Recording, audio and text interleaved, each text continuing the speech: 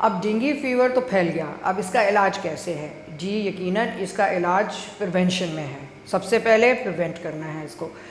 Prevent इस तरह करना है कि मैं आपको सबसे पहले ये इन्फॉर्मेशन दे दूं कि अगर डेंगू फीवर किसी को एक दफ़ा हुआ है और वो बच गया है तो दोबारा उसको थोड़ी देर के लिए तो वो इम्यून हो जाएगा, लेकिन उसके बाद अगर दूसरे किसी मॉस्किटो ने काटा, उसकी डिफरेंट स्पीशीज़ होती हैं, और अगर डेंगू फीवर दोबारा हो गया तो वो बहुत जानलेवा भी साबित हो सकता है।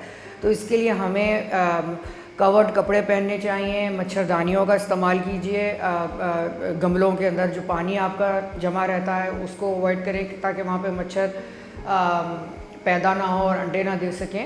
और इसका इलाज ये है कि आपका मौलद जो है अगर उसको शक होता है कि आपको डेंगू फीवर है तो इसका एक टेस्ट होता है, या तो आप एंटीबॉडीज़ करवाते हैं या आरएनए टेस्ट होता है वायरस का, ये आप करवा लेते हैं। और इसका कंजर्वेटिव ट्रीटमेंट है इसके लिए, क्योंकि ये वायरस है तो इसके लिए कोई एंटीबायोटिक्स होती नहीं है।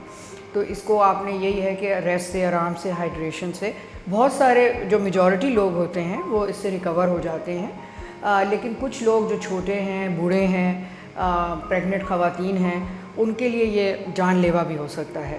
तो इसकी वैक्सीन्स भी अवेलेबल हो गई हैं, और यही आपसे कहेंगे कि अपना ख्याल रखिए। और इसका मेन यही है कि इसको बचना है आपको, इसको प्रिवेंशन ज़्यादा ज़रूरी है।